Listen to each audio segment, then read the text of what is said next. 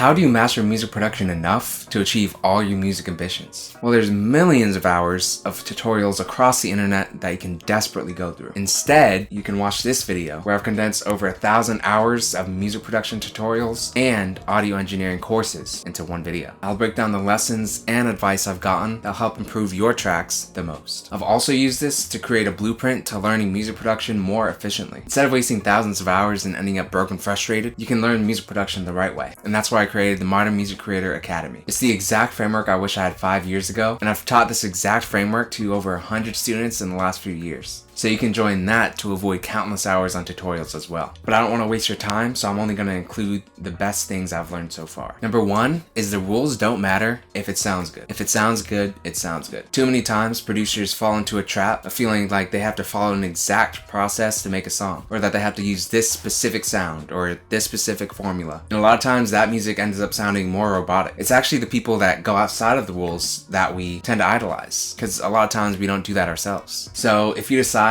hey, I want to add a tempo change. Hey, I don't want to do the basic first chorus structure. Maybe you want to take an EDM track, and an R&B track, and a hip hop track and make it all into one. Maybe you want to sample. Whatever you want to do. If it sounds good, it sounds good. And the thing is, to stand out, the more unique you are, the better anyways. So you have all these people preaching to you, you need to stand out, you need to be unique. Your music needs to be different in some way. But at the same time, they're telling you, hey, this is the only structure you can use. You need to use instruments this way. You need to record this way. And it's contradictory. But at the end of the day, the answer is good music is good music. Number two is to start with quality. So this can mean starting with quality sounds. So instead of trying to overproduce a snare sound that just sounds like garbage, just find a good snare sound. And it's going to save you hours and hours of time. It can even be the same with vocals. Instead of recording crappy vocal takes and then going into Melodyne and dragging it and doing all these different things, take more vocal takes until you get a good one. It's the same thing as a chef. Imagine a chef. If you take Gordon Ramsay and you give him the worst ingredients in the world, he's not going to be able to make spoiled tuna and sugar taste good. But if you give the worst chef in the world the best ingredients, pre-cooked, it's going to taste pretty good. So at the end of the day, it'll make it easier on yourself and it'll sound better in the end if you just start with quality. And this can even apply to songwriting. So try different ways of songwriting. Instead of starting with a little melody that you don't even like that much, start at that 4-bar loop. Just really focus on making that as good as possible, because the rest of the song is based off that foundation. Number three is to use buses.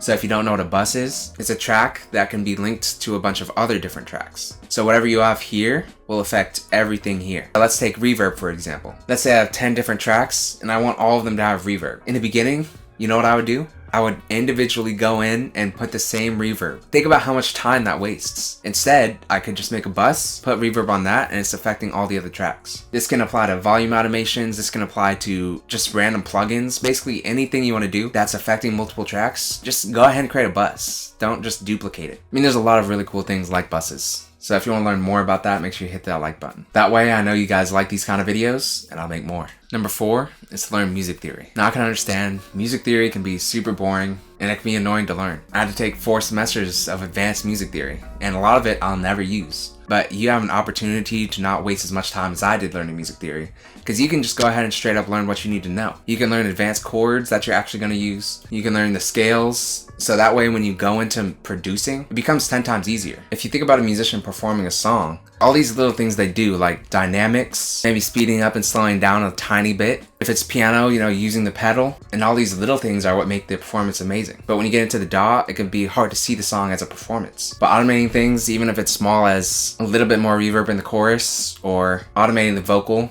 or automating the volume of the vocal, these things matter in the long run. Next is gain staging. Gain staging is a mixing technique where you bring down all your volume and you bring up the volume one by one to where you want it to be. So let's say you want your vocal to be the loudest, you bring that up to 0 dB, and then you start fading in each instrument in the order of loudness that you want. A lot of times, especially in the beginning, I would get lost in mixing because it's like you make an adjustment to the piano and then the bass is too loud, and you make an adjustment to the bass and now the vocal's not loud enough, and you just go back and forth. But gain staging is by far the best way that I've found to mix volume. Next is to pay attention to the frequency of every single element in your track. So in one of my templates, I actually have specific tracks named high end, low end, mid range, so I can balance my instrument and sound selection. But a lot of times we don't even think about frequencies. We might really like low end instruments. And so if every instrument is low end, you're playing low on the piano, you got bass, Your synths are super low, your chords are super low. Even if you mix it as best as you can, it's just not going to turn out the same as if you balance all the sounds and EQ them correctly. You also have to think about your equipment. You know, sometimes you can't hear that sub bass. And speaking of subs, make sure you hit that subscribe button. And in addition to that point, a lot of sounds have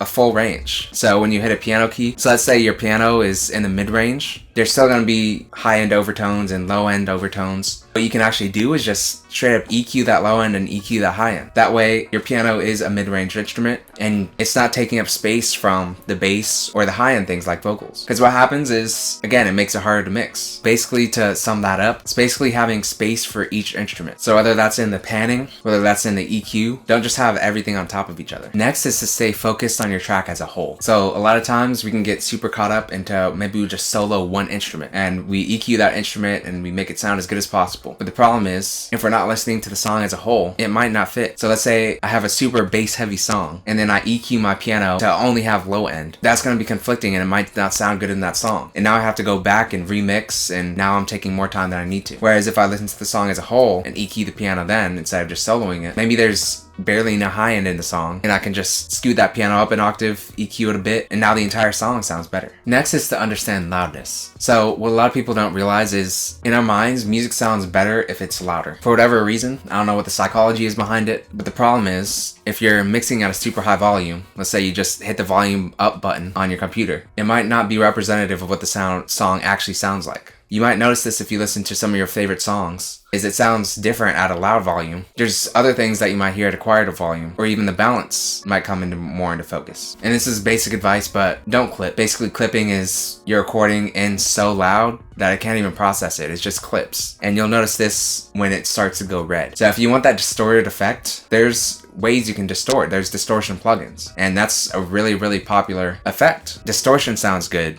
Clipping does it. Next is to master it to at least -14 LUFS or above. So I know there's this whole loudness wars on people arguing you should only master to -14 or no, you should go higher, or maybe people say you should go to 0, you know, it's all over the place. If you just download any of the tracks on Spotify and actually put it through a loudness analyzer, most of them are at -14. That -14 LUFS should be more so a minimum, because if you master below that, it can actually sound quiet. And like I just said, our brains like louder music naturally. So if I'm listening to a Spotify playlist and I hit next and the song is a lot quieter, it sounds kind of weird. Sometimes if it's below, that loudness normalization doesn't catch it. Just go -14 or higher. And next is to use reference tracks. A reference track is basically a song that might sound similar. You can reference that track, think about the balance of your song. A lot of times you don't realize, but when you're producing a song for hours and hours, you lose perspective on it. Your ears actually adjust to the balance of that track. But if you have a reference track, then it's a lot easier to compare. Instead of just guessing, this balance might sound good, or this loudness might sound good, just go ahead and use a reference track. Next is to have some kind of roadmap to learning. Randomly learning things, going back and forth,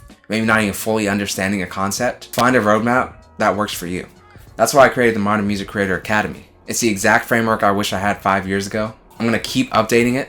A new update is coming soon with you guys' feedback. I'll make sure I'm providing the most value I can. Now, this was a great rough overview of all the music production tutorials I've watched, but of course there's always more to learn. So to continue your journey, you gotta watch this video next, and I'll see you there.